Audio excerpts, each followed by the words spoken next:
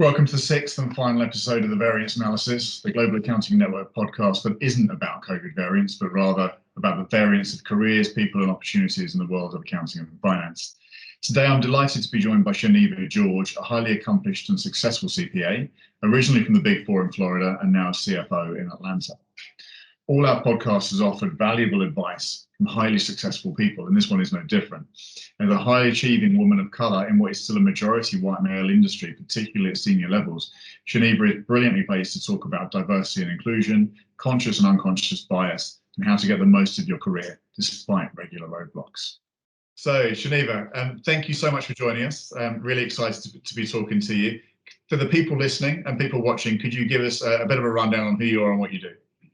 All right. Well, I am Chianeva George, native of Miami, Florida, proud hurricane, classically trained accountant, as I like to tell people.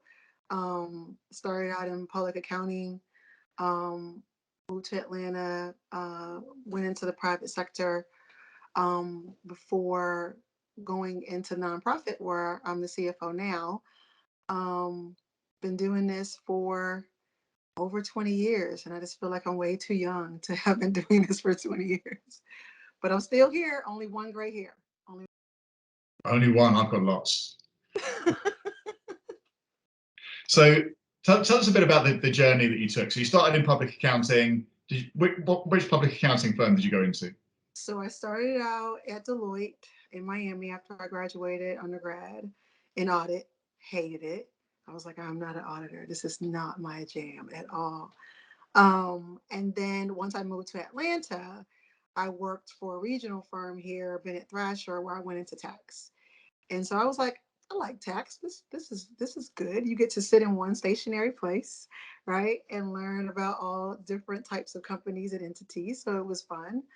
And then, after that, I was like, well, because public accounting is a grind.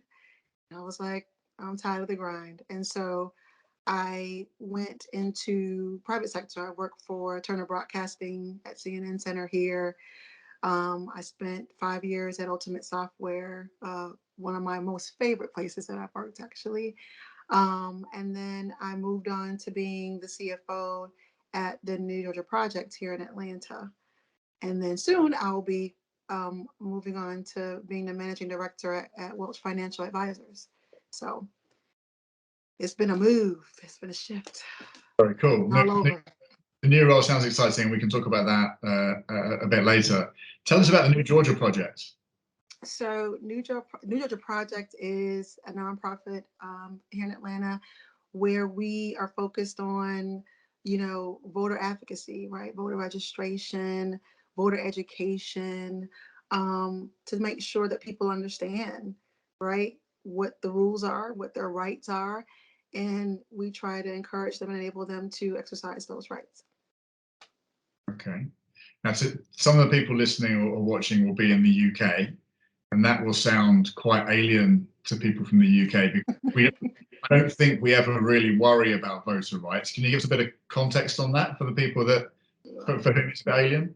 For people who are not familiar, so they're different people, entities, establishments that try to make it harder for people of color to vote, right?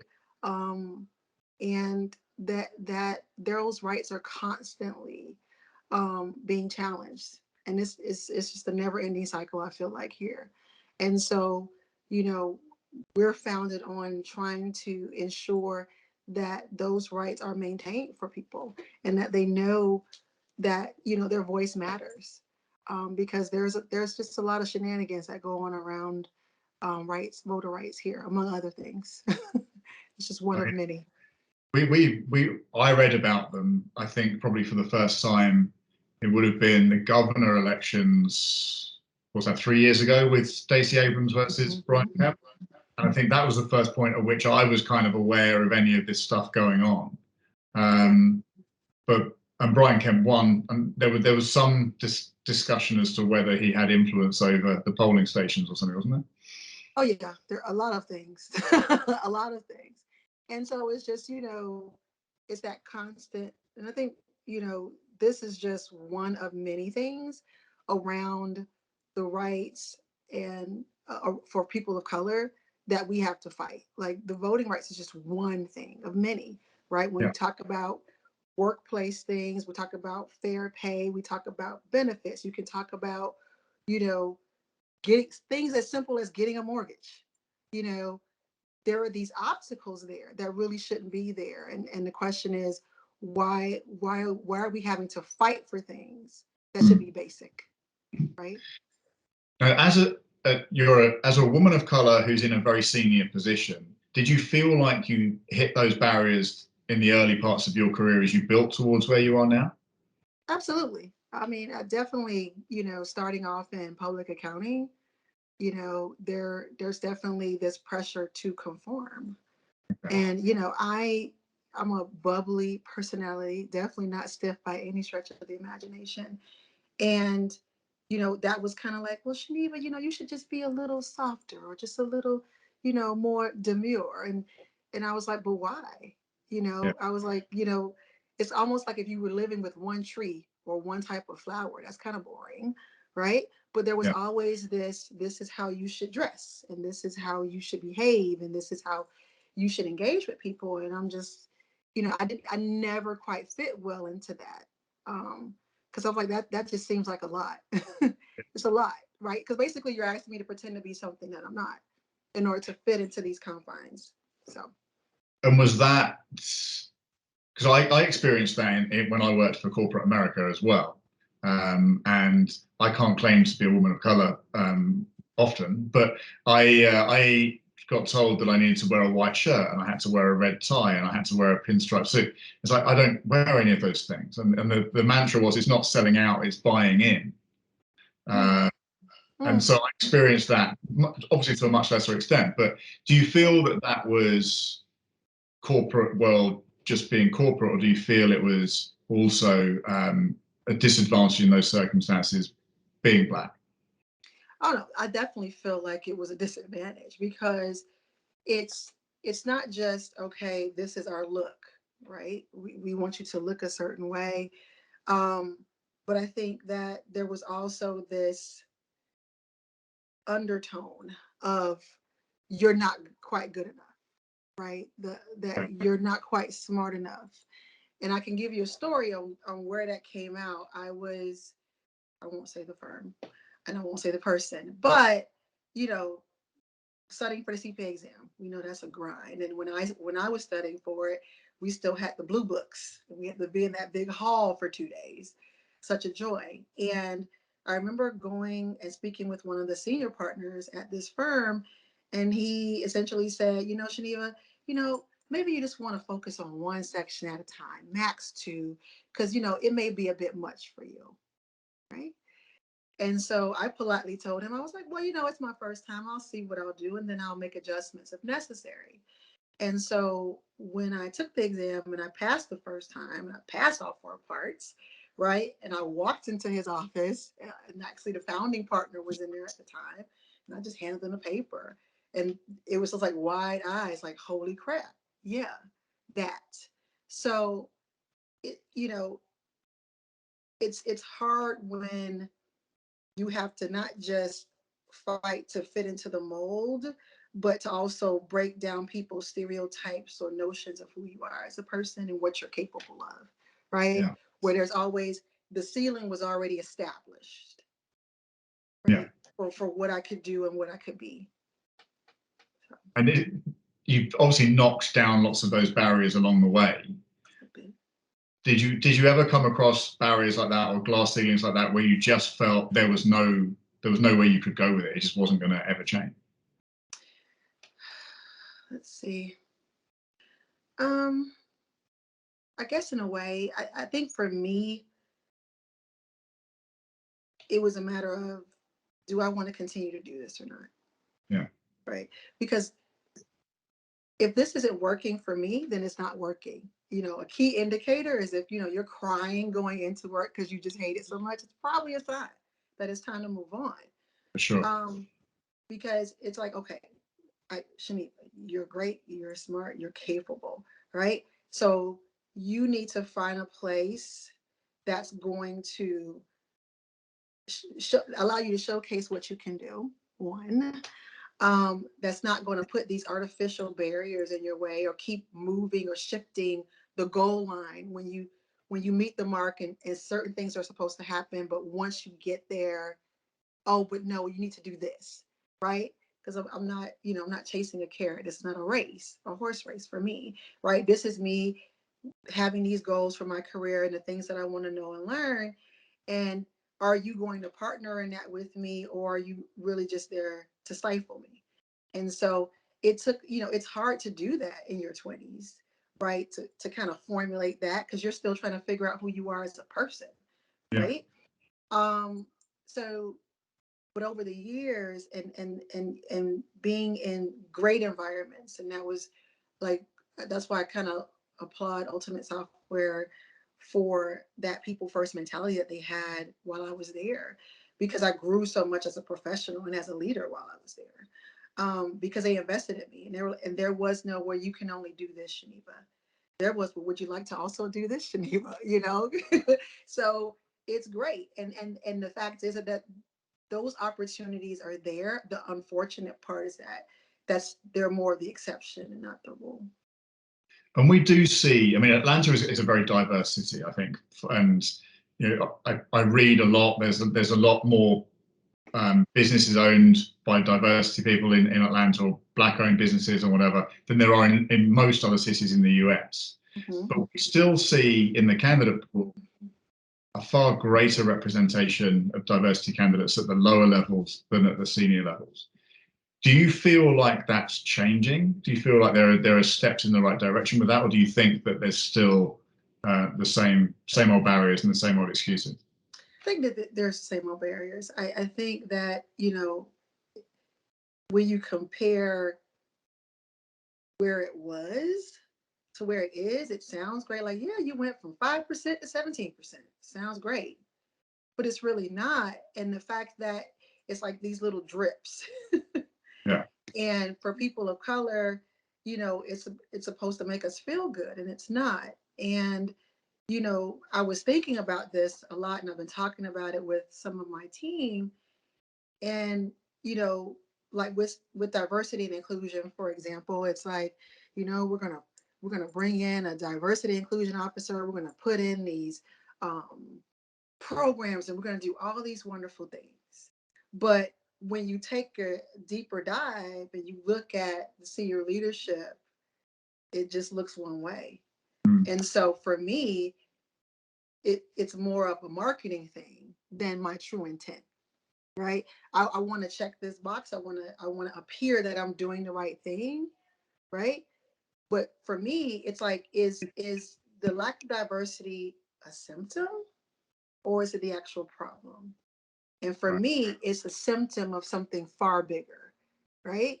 This is what happens when you create a structure that is designed for, one, to create a dependency. I want you to depend on me to determine how much you make, where you can live, and all that. And I set the ceiling for you, right? And if you try to go and build something for yourself, well, I'm going to destroy that, because you need to play into this system where I get to control where you go and what you can do. And so for me, the way that you address this issue isn't by creating, another position, right, or another nice title and put this all over your marketing. It's, let's dismantle this, because the way this system is designed is doing exactly what it was designed to do. Yeah. It limits. And so you can't, put, band-aids on it or do an injection here and here. No. That needs to go away. Right. And we need to redo this, because that system doesn't work, or at least for me and people like me, it doesn't work. So. And we talked a bit before about even some of the unconscious bias that limits the diversity, because we get a lot of clients, for example, that say they only want to hire somebody who's Big Four trained. Now, if you always hire your team from the same 4 companies, you're reliant upon the diversity pool of those same 4 companies in order to feed you. And I'm not going to comment on the diversity of those companies because I haven't got the stats. But I would say that if you're only feeding your business from a certain pool, you're only ever going to get a certain type of person, and that's going to limit the diversity of your business. And then your customers aren't from that pool. The rest of your team or the rest of your business aren't from that pool. So you're not necessarily serving everybody as well as you could be and creating the right brand for your business anyway. Do you see that as an ongoing issue? Yes. I mean, it's, again, finance and accounting, Big Four, listen, Fortune 500, all the same, right? Yeah.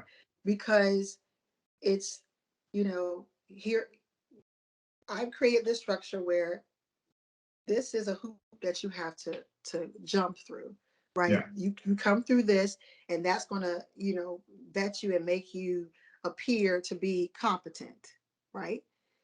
Not necessarily the case. And when you have, employers who say, well, I want this, right? Essentially, you're shucking your responsibility. You're moving on and pushing it to somebody else when you're just not putting the level of effort. And there's more than one way to do this. Yeah. Public accounting and Big Four is not the only way to learn this industry, to be successful in this industry. And so if I was talking to young professionals or young accounting majors, right, in college, I would probably say, don't do it. Try to figure out what it is that you really want to do. There's more than one way to do this, right? Yeah. Because that structure, when I remember in 1999, leaving the University of Miami and going to work in Big Four, because it was sold to us. It was marketed like, this is going to be great. Yeah. And you go to the office visit and you get the wine and dine, and then you get the offer letter, and you're like, man, that's a lot of money, right? Until you get in there and you are working 70, 80 hours a week, 8 months out of the year. And, I was looking up what the kind of average salary is now for a staff coming in. And so one site had it at 55,000 a year. And I said, okay, let's do some numbers. So if you say, because we know it's not the 2,080 hours a year, because that's a regularly 40-hour week. That's not. So let's do 3,000 hours a year. That's $18 an hour. Yeah. And more than likely, you're working probably way more than $3,000. 3,000 hours a year. So, and then when I looked at the revenue, I was like, oh, 43 billion in revenue, 39 billion in revenue. I was like, and this is what a new, energetic young accountant is told to do, to make this salary for, because that's the way, I guess. But don't we all do that at the start of our careers? So if you're career-minded and you're ambitious, you always work beyond the hours that you should be working. You always see it as an investment in the future. I know my first recruitment job, my basic salary was £783 a month after tax, and my rent was 750. So, but they knew that because then you're going to work harder to get your commission, and you invest your time, and you do more hours. So isn't that just a standard thing for people coming out of college now? So for the older, wiser people to take advantage of young people, I guess so. I think that because, as I've gotten older, Adrian, I'm just thinking about it, and I was like, that's not really cool, right? It's because it's essentially they're getting something for you. Let's be clear, right? So even at the staff level, where absolutely nothing, you're as green as can be, and you're being taught. You're still billing me out at $125 an hour, but I get 18. There's just something that seems really wrong with that to me, right? Yeah. And just because you're young and you're hungry and you want to learn doesn't mean that you take advantage of people, right? Because here's the other thing. You're out of school, right? If you didn't get a full ride to school in undergrad, right? You have student loans, and they're coming their way, and they're like, hey, pay me, right? Yeah. You have to find a place to live, right? Unless you're fortunate enough to be able to live with your parents or something like that, which would be great. You got to pay to live, and then you have to pay to get to work. So if you live in a place where it has really good like transit, fine. But if not, you got to get a car. So there's this thing where it's like you're already coming out and you're already under the gun from the gate. Mm. And it's not because you don't have a value. It's just that someone's determined that this is all I'm going to give you. Yeah, and conversely, people are going into analyst roles in industry straight out of college at 80 or 90K a year, right? That wasn't me. I should have went into investment banking like my friends. That's what I Then should you'd have. be working far, far more hours, though, surely. Far more hours, but I would have a nice set of funds to play with once I was done. So you mentioned that you have worked in places that were very people friendly and people focused, Ultimate Software being the one that I think you highlighted. What did they do formally or in a structured way in order to break down some of those barriers and give people more opportunity? Well, one, they invested a lot Okay. in just leadership and training you and helping you to understand how to deal with all types of people. Secondly, there was all types of groups and support, right? So if the LGBTQ, the African American, the Hispanic, and the thing is that you saw that in the leadership. It wasn't just, oh, we're doing this, to sound good. We were represented. You saw yourself throughout the organization, Right. right? In addition to that, they paid 100% of our benefits. Like if it was just you, or if you had 35 kids, they covered your health care, right? You got stock options, you got stock in the company. So Yeah. you had a vested interest, right? Because their philosophy was, we take care of you, you take care of our customers. And my thing is that anybody that's in a service oriented business, or even if it's retail, you get a product, that mentality, right, is important. Because if I treat you like a person, if I value you as a person, that just makes me want to work that much harder for you without you asking me to, versus feeling like that I'm just spent and I have nothing, Yeah. right? So And did that lead to a more diverse workforce at senior levels? it did. For me, when I left there, I was a director. There were VPs and others there was women, there were people of color in those roles, Yeah. even above me. And I never once felt like I had to jump through hoops. I did a good job. You got promoted. Yeah. Chianeva, you did a great job. You get a promotion. You get your bonus. You know what I mean? So I never felt like I was being taken advantage of, that I was just being sucked dry of all my talents and gifts and not given any acknowledgement in return. And I think people just want to be appreciated. People just we want to be treated fairly, Yeah. right? So, because it's hard when you see your company, showing all these profits, right? And they're boasting, we have just, record breaking quarter. And you're just sitting here like, I'm struggling to pay my bills. Yeah.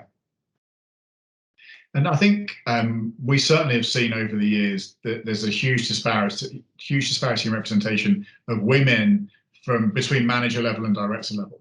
So in finance, we haven't surveyed it for a while, but the last survey we did, I think about 42% of managers were women, but only about 18% of director level and above.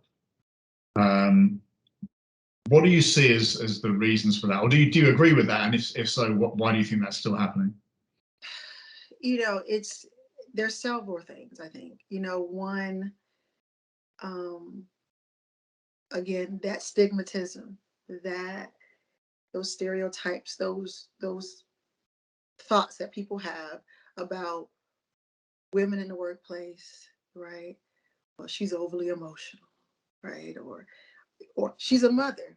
She's Yeah. not going to be able to get this thing done, right? Um, she's not capable, right? These notions and these thoughts and these prejudices that have been around for a very long time, and but no one wants to just like be direct about it, right? These types of conversations that we're having aren't had in corporate America today, where we can just be candid about our feelings and how I feel about the way you treat me. Because here's the thing: if you said, something that was a little inappropriate and I addressed it with you, right? I have to worry about, well, how am I going to be perceived? Even though I'm the one that was wronged, Yeah. right? Is Chianeva going to be the B word? Is she going to be overly sensitive? Right? Mhm. Um, whereas my male counterparts don't have to do that. Don't have to fight that, right? Yeah. And being, listen, I have four daughters. So I am an all girl household. Yeah. And so the biggest thing for me as I'm teaching my daughters for when they go out into the world is, listen, you were designed to take something very little and make it big. As far as I'm concerned, there's nothing that you're not capable of doing. Women make everything better. I was like, they would be lots of corporations would do a lot better if they had more women in those senior positions. Yeah. Because here's the thing, we do more than one thing well. And we can be a mother, and we can be a wife, and we can make all the doctor's appointments and recitals and still actually get work done and be good at it. So, but if Men can, men can do most of that too, I think. I'm learning. you think so, I'm getting there. Obviously, I've only had kids recently, but I'm getting there. I'm starting to juggle all of that stuff. the Um, juggle, right? Yeah, in the UK, I think people typically, or women will typically take a year maternity leave when they have a baby. that's crazy. Um, and in the US, I mean, most of the people we talk to in the US are taking a couple of months. Six Um, weeks. 6 weeks, yeah, and then go back to work. And I think that over the years, that's been an unconscious bias against women as they're getting to the stage where a prospective employer thinks they may have children, and they're going to lose that person for a year and then get them back for a bit, maybe part time. And it's not the sort of thing that's ever talked about. Mm-hmm. But I do feel that there has been a perceived sort of unconscious bias that has impacted the ability of women to progress beyond a certain level. Do Right. you think that's prevalent in the US? Yes, among other things. Right. Yeah. Again, it's these unfounded beliefs, right? Wherever you picked, I don't know if there's a handbook somewhere that they just read and pick up, but if you actually took the time, and history shows you the capabilities of women, the capabilities of people of color, right? Whether you want to acknowledge it or not. And so me having ovaries, right, and me carrying a baby, right, if anything should show you how strong we are and how resilient we are, right? Yeah. We're natural problem solvers, especially when you have more than one kid. You have to learn how to balance those personalities, right? And there's always going to be something that needs to happen. And as far as I'm concerned, mothers excel at that. You should want mothers in your workplace, right? Yeah. Because they think we have to think out of the box, right? All the time on the fly, right? Hey, disasters happen. You have to be able to react. We can do that, Mhm. right? So it's not just, you know, again, we're not just good for one thing. We're great at many things, but my thing is that if you're not willing to acknowledge your biases, if you don't want to confront them, then it's not going to change. And here's the thing: I'm not here to sell you, right? We all have to make choices.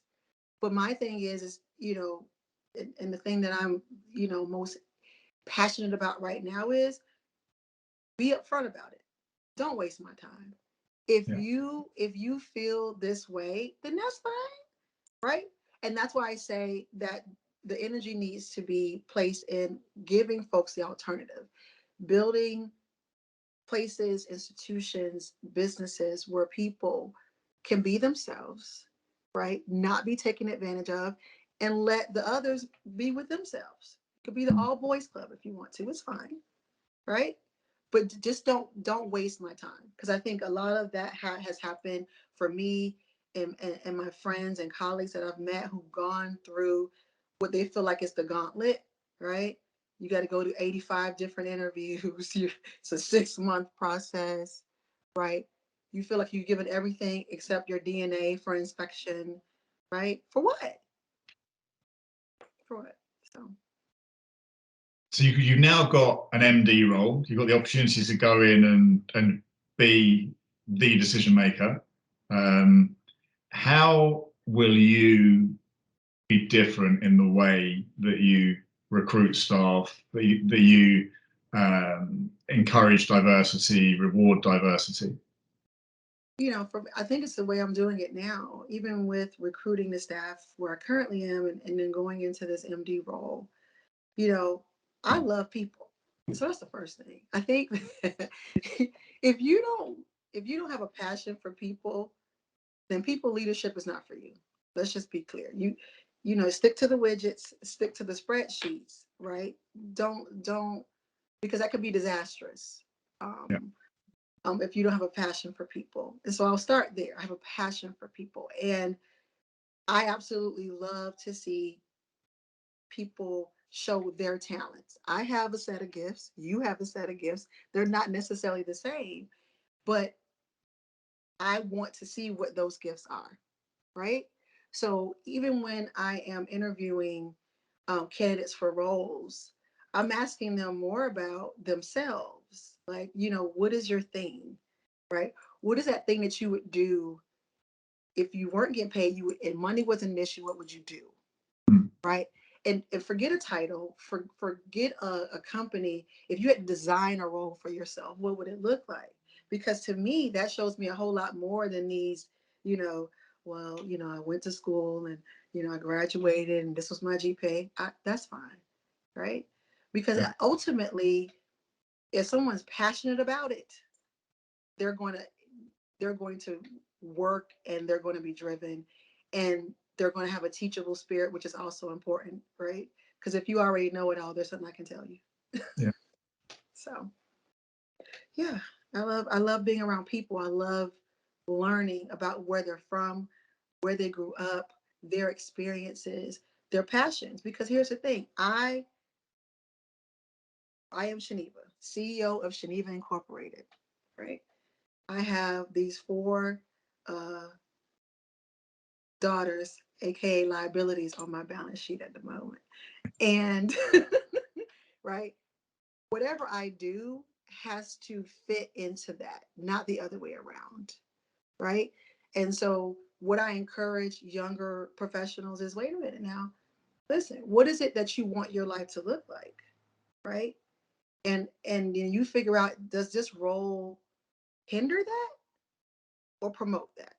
If it hinders it, then that's not the right role for you, right? Because you need something that's going to feed you. Yeah. And not just monetarily. And so you're against the idea then of sort of making certain sacrifices in your life now for the benefit of your future career? I mean, I'm not opposed to working hard. That's not what I'm saying. I think that I you have didn't to mean decide. I wasn't implying that way. Okay, you have to decide what are you willing to sacrifice. Okay. Right? Because I think that there's always going to be some sacrifice, but it's determining what sacrifice you're willing to make. Right? Yeah. I'm not willing to sacrifice my children's well-being and being present in their lives for this, because I don't think it's necessary. And so, is it, if we're talking about public accounting and, me working these 80 hours and this equivalent of $18 an hour for me just to be tired, and I don't get to see my family and I don't get to see my friends, I think that that's a high price. I agree. Yeah. So we talked a bit offline about when companies are making hires and they say they want to make a diversity hire, and that being a very publicly stated thing. And I think that you had some thoughts around the authenticity of that. Can you tell us a bit about that? I just think, again, it's marketing. It sounds great, right? But my thing is, let's peel the curtain back and let's see what has that initiative brought, right? If your numbers look the exact same in your senior leadership as they did before your initiative, then I don't think it was successful, right? Because you're not living it, right? You're trying to, put this front out to the world that I'm doing the right thing, right? But behind closed doors, it's just the same thing. And then you also have the issue where, I'm going to get this diversity and inclusion officer in, more going to be a person of color in that role, right? Strategic, Yeah. right? So I have the face, but in truth, I just want someone to do what I want them to do. So they're going to be this officer in name, but I'm not going to put any support behind what you're doing because I just want you to conform, because you also have that going on as well. And again, ultimately, when you peel back the numbers, it'll make it clear whether they're truly doing it or not. Yeah. Yeah. I try not to read the home screen on LinkedIn for too long, because you can sort of fall down a rabbit hole and just end up reading all this nonsense. But on occasion, I have seen where people have posted that they have a role for a diversity candidate or whatever. There will be people posting in there the usual doctrine about, you're going to take a candidate that's not quite as good just because they've got the right ethnic background or whatever. You do still see that stuff, surprisingly, or maybe unsurprisingly. I'm not surprised. It'd be nice to be surprised. I think, do you think that people are missing the benefit of having a diverse workforce, and they're seeing the diversity of that workforce is seen as being a box ticking exercise rather than actually the benefit that diversity brings? Oh, no, for sure. I think that, first of all, that notion of having a person of color is taking lesser than is ridiculous. That notion that, because I have this brown pigmentation, that, I'm not as smart or not as capable of doing, is ridiculous. But again, the issue goes deeper than that, because it's about your beliefs, right? And if you want to hold on to this power structure, to this dominance that you have, and you have to tell yourself that to justify your behavior, hey, I'm not here to fight you on that. You have to own your beliefs. But we all know what the truth is, and the truth is that, especially here, I find it's always a little, it's just weird to me, when there's the stigmatism of people of color, that, they're lesser than, they're volatile, they're not as, stable, all these things, right? But then you look at the things that we've done outside of the fact that people of color built this country. That clearly wasn't an easy feat. But we serve your food, right? We work in your household. We take care of your kids, right? We do all these things, right? We your lawn service, right? We're your chef, we're your butler. We can be. It's okay for us to be these things, right? In your household, right? And we're not a danger at that point. We're only a danger when we become your neighbor. So help me understand. Yeah. It just boggles my mind, how the coin gets flipped, and it's just more about what you're not comfortable with, and then you don't ask yourself, well, why am I not comfortable? What is it based on? Like, what is it truly based on? And I there are theories on what that could be based on. We don't need to go into all of that, but the point of the matter is, it's not founded in anything that's truthful. No. So there have been interesting experiments over the years with resumes and sending out resumes without names on, and just seeing the response to a resume that, you know, a resume that's got a very clear African American name that goes out with the name on it, and then you take the name off and send it. And I've never tried it, so I don't know for myself, but there's lots of examples over the years of research and seeing the different response rates of that resume. Right. Because and that, you know, when I'm talking with my friend circle, and this is one of the things that I love about the fact that I grew up where I grew up, because I grew up in Miami. So I feel like I grew up with everybody, right? And so, and it was great because I was like, this is so, I used to feel like I was the most, like, out of all my friend group, like I was like the least interesting, right? Because they were like, yes, I'm from here, I'm from here. Chianeva, where are you from? Well, Opelika, Florida. I was like, I just felt like it was so boring in comparison. But, you know, in thinking about all like their history and the culture and the food, and, you know, again, I go back to when we started talking, I was like, it's almost like there was only one tree, right? There was only one flower. It would just be so boring. I like, what is there to see? What is there to experience? And so it's just, you know, meeting people from different places and learning about them, and how and truly understanding that we're not as different as others would want you to believe. We're really not, right? We all want to be happy, you know, we want our families and our children to be well, you know, we want to be safe in our homes, and, you know. But also, to your point from earlier, feeling happy and celebrating those differences such as they are. Yeah. I was That's like, I don't want to see me everywhere. Like, no, I'm good. I so don't want to see. we could talk about this all day, and I'm sure we've hardly even scratched the surface. But just as a final point, because I know that I can't go on for too long.